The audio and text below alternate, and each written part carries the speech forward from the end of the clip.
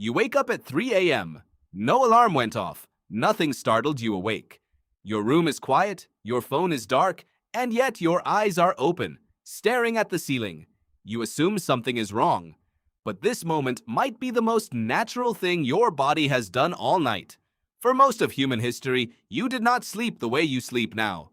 You did not close your eyes at 11 and open them at 7 in one long, unbroken stretch. Your ancestors slept in two parts, with a strange, wakeful gap in the middle of the night. And that gap was not insomnia. It was a routine. Historian Roger Akerch spent over a decade digging through diaries, court records, and medical texts from pre-industrial Europe. He found hundreds of references to what people called first sleep and second sleep.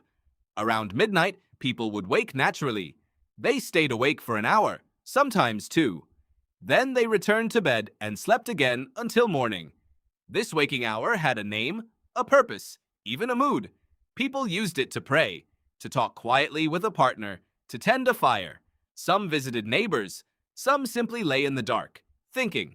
Nobody panicked. Nobody reached for a remedy. It was expected, the same way you expect to feel hungry at noon. Your body still remembers this pattern, even if your calendar does not. Sleep scientists have tested this directly. In a study led by psychiatrist Thomas Wehr, participants were placed in near total darkness for 14 hours a day, with no artificial light and no clocks, for several weeks. Within a month, their sleep split into two distinct phases, almost identical to the segmented sleep found in historical records. A period of rest, a stretch of quiet wakefulness, and then a second period of rest before dawn. Take away modern light, and your biology reverts to something older. So why did this pattern disappear? Artificial light is the simple answer, but the full story runs deeper.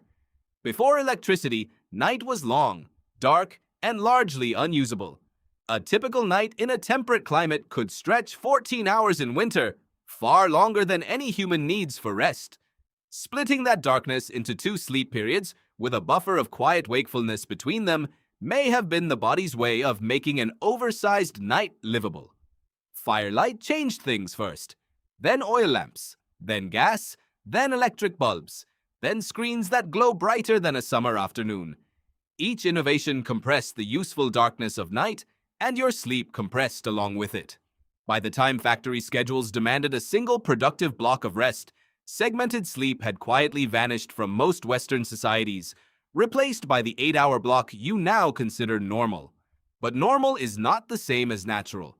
Consider what your ancestors were actually protecting against during those long, exposed hours of darkness. A cave or hut rarely offered full security. Predators moved at night. Rival groups moved at night. A fire could burn low and need tending before it went out completely. Waking periodically was not a flaw in the system. It was the system. Some anthropologists point to modern hunter-gatherer societies as living evidence.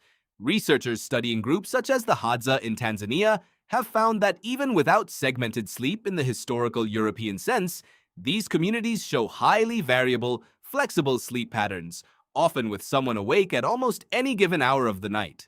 Sleep, in this light, looks less like a single uniform state and more like a rotating watch, a biological version of a night guard shift, spread across a group so that the whole camp was never fully unconscious at once. Your restlessness at 3 a.m. might be an echo of that watch. There is a reason this matters beyond curiosity. Millions of people wake in the middle of the night, check the time, feel a jolt of anxiety, and label it a sleep disorder. But researchers who study segmented sleep suggest that some of this modern distress may come not from the waking itself, but from the belief that waking is wrong.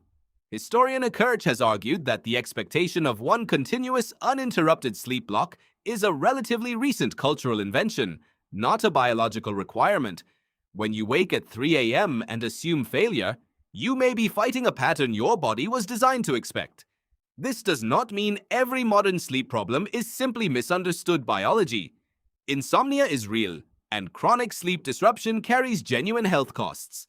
But there is a difference between disruption and this specific, brief, calm waking in the middle of the night, the kind that once came with its own name and its own quiet rituals. Your ancestors used that hour. They did not fight it. They banked fires. They spoke softly in the dark. They noticed the shape of their thoughts in a way daylight rarely allows. Some described their clearest ideas arriving in that in-between hour, when the mind was rested, but the world was still asleep. So the next time you wake in the dark for no obvious reason, consider a different possibility. Not that something is broken, but that something ancient has simply resumed its old shape. A rhythm shaped by long nights, open fires, and a body that once expected the dark to last far longer than any single stretch of sleep could fill. You closed your eyes expecting one long night. Your body may have been waiting for its second one.